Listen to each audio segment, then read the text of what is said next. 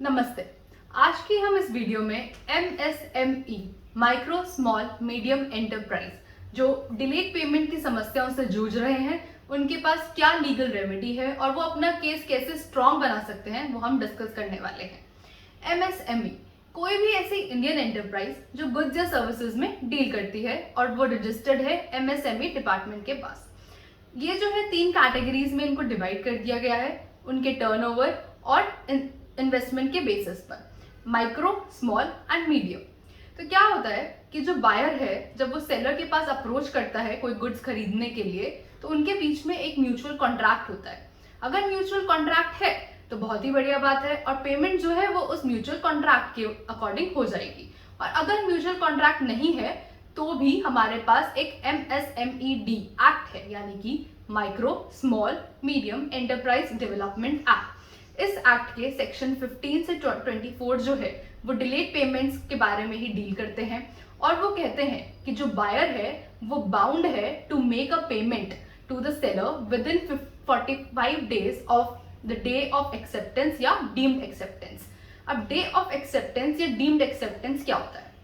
Day of acceptance यानी कि आज ABC एक सेलर है और XYZ जो है वो बायर है, दोनों के बीच में कॉन्ट्रैक्ट होता है। ABC कहता है कि फॉर एग्जाम्पल कि मैं 14 जुलाई को तुझे तुम्हारा सामान दे दूंगा और 14 जुलाई को वो गुड्स जो है डिलीवर हो जाते हैं XYZ को, तो वो होगा एक एक्चुअल डेट ऑफ डिलीवरी। 14 जुलाई जो होगा एक्चुअल डेट ऑफ डिलीवरी होगा। दूसरा चीज क्या है कि अगर डिलीवर होने के बाद जो बायर है उसको कोई प्रॉब्लम है, यानी कि या फिर उसको कोई गुड्स में कुछ डिफेक्ट दिख रहा है, तो वो अपना रिटर्न ऑब्जेक्शन जो है सेलर को भेजेगा within 15 days from the date of delivery.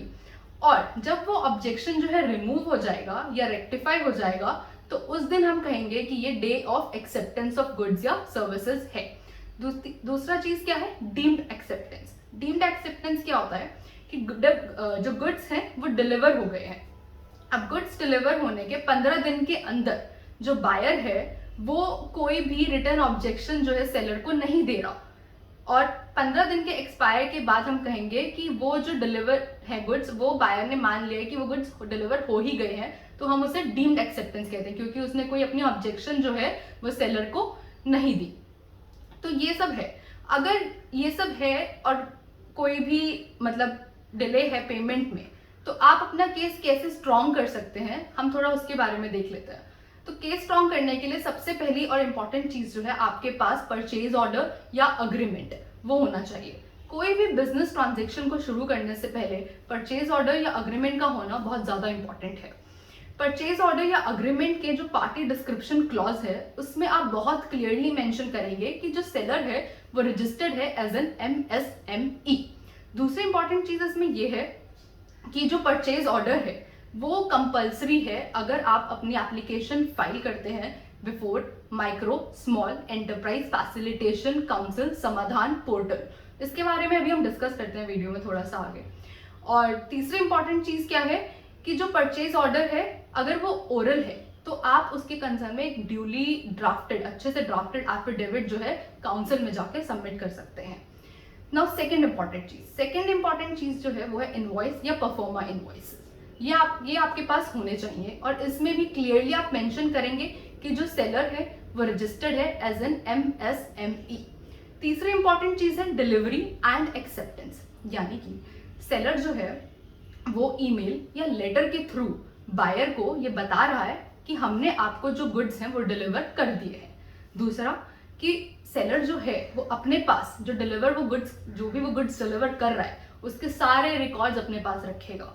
तीसरी चीज, जो सेलर है वो बायर को कहेगा कि आप अपनी गुड्स डिलीवर करने के बाद कि आप अपनी एक्नॉलेजमेंट हमें दीजिए। बायर को वो बोलेगा कि एक्नॉलेजमेंट दीजिए कि क्या गुड्स आपके पास आ गए हैं या नहीं आए। अगर गुड्स डिलीवर होने के 15 दिन के अंदर बायर जो है सेलर को कोई एक्सेप्टेंस या कुछ भी कम्युनिकेशन नहीं भेज रहा है तो वो मान लिया जाएगा कि जो गुड्स हैं डिलीवर हो गए हैं।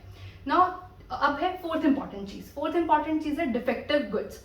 अगर सेलर जो है बायर को डिफेक्टिव गुड्स दे रहा है तो वो एक रीजनेबल टाइम पीरियड के अंदर उस डिफेक्ट को रेक्टिफाई करे, उस डिफेक्ट को ठीक करे। अब पांचवी और इंपॉर्टेंट चीज जो है वो ये है कि पेमेंट रिमाइंडर। पेमेंट रिमाइंडर क्या है कि अगर कोई क्रेडिट पीरियड है उसके एक्सपायर होने के बाद, और अगर कोई पेमेंट डेट जो है वो मेंशन नहीं है, तो जिस दिन आपने गुड्स डिलीवर करे उसके 15 दिन के बाद आप जो है 15 दिन एक्सपायर होने के बाद आप एक पेमेंट रिमाइंडर जो है अपने एडवोकेट के थ्रू भिजवाएंगे। उस पेमेंट रिमाइंडर में आप क्या क्या मेंशन करेंगे वो मैं आपको बता देती हूँ। सबसे इंपॉर्टेंट चीज है परचेज ऑर्डर या अग्रीमेंट, और अग्रीमेंट की डेट जो है वो आप उस पेमेंट रिमाइंडर में मेंशन करेंगे। दूसरी इंपॉर्टेंट चीज इनवॉइस डेट, तीसरा इनवॉइस अमाउंट, चौथा डेट ऑफ डिलीवरी क्या है, और पांचवा पेमेंट जो ड्यू अमाउंट है वो कितना है। तो ये 5 चीजें जो मैंने आपको बताई, यानी कि परचेज ऑर्डर या अग्रीमेंट ये होना इंपॉर्टेंट है, इनवॉइसेस होना आपके पास इंपॉर्टेंट है, डिलीवरी एंड एक्सेप्टेंस के बारे में हमने जो बात करी, रिकॉर्ड्स होना, जो उनके मैसेजेस भेजना, ईमेल के थ्रू उनको इंटीमेट करना कि ये गुड्स डिलीवर हो गए हैं। चौथा चीज डिफेक्ट है तो क्योर कर दीजिए। पांचवी चीज कि आप उन्हें पेमेंट रिमाइंडर भेजेंगे। अगर आपके पेमेंट्स में डिले है या अगर आपकी पेमेंट नहीं हो रही है तो आपके पास 2 स्टेप्स हैं जो आप ले सकते हैं। आप फिजिकली भी एप्लीकेशन फाइल कर सकते हैं और ऑनलाइन भी एप्लीकेशन फाइल कर सकते हैं। अगर एप्लीकेशन फाइल करने से पहले 2 चीजें आपको ध्यान में रखनी है। एक तो आप अपने एडवोकेट के थ्रू बायर को लीगल नोटिस भिजवा दीजिए। दूसरा जो है आपके पास उद्योग आधार नंबर होना चाहिए। अगर आप फिजिकली फाइल कर रहे हैं तो हर स्टेट में micro small enterprise facilitation council है, वहां पर जाकर आप अपनी एप्लीकेशन फाइल कीजिए। वो एप्लीकेशन बहुत अच्छे से ड्राफ्ट होनी चाहिए, उसमें आपकी सारी रिक्वायरमेंट्स जो है वो पूरी होनी चाहिए। दूसरा, अगर आप ऑनलाइन अपनी एप्लीकेशन फाइल कर रहे हैं तो वो उसके लिए समाधान पोर्टल है। आप समाधान पोर्टल पे अपनी एप्लीकेशन सबमिट करें और उसके बाद ऑटोमेटिकली वो जो एप्लीकेशन है वो ट्रांसफर हो जाएगी micro small enterprise facilitation council के पास। उसके बाद फर्दर जो प्रोसीडिंग्स हैं वो 2 तरीके से होती हैं। पहला कंसिलिएशन प्रोसीडिंग्स, दूसरा आर्बिट्रेशन प्रोसीडिंग्स।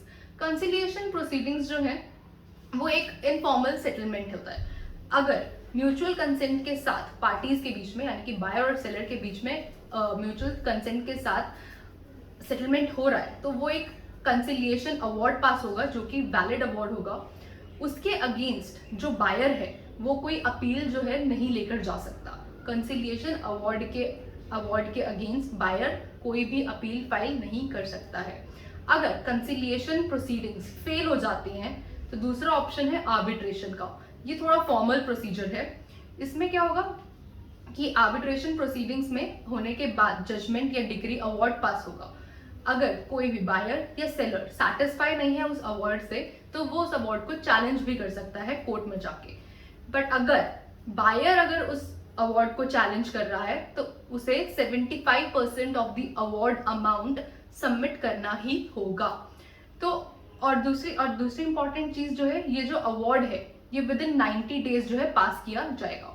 तो इस एक्ट में जो हम डिस्कस कर रहे हैं अब तक, micro small enterprise development act में, जो सेलर है उसके लिए जो रिलीफ्स हैं वो ये है। पहला तो 90 डेज में जजमेंट पास कर दी जाएगी। दूसरा जो है, अगर बायर अपील में जाता है तो उसको 75% of the amount, award amount वो डिपॉजिट करना होगा। और अगर कोई डिले है पेमेंट में तो जो बायर है वो मंथली कंपाउंड इंटरेस्ट जो है वो पे करेगा, जो कि 3 टाइम्स होगा बैंक के इंटरेस्ट रेट से। तो ये रेमेडीज जो है आपके पास है। अगर आपका केस स्ट्रॉन्ग है तो आपको घबराने की जरूरत नहीं है, क्योंकि डिग्री और अवार्ड आपके ही फेवर में होगा। बस उसके लिए आपको ध्यान रखना है कि जो डॉक्यूमेंट्स मैंने आपको बताए हैं वो सब आपके पास होने चाहिए।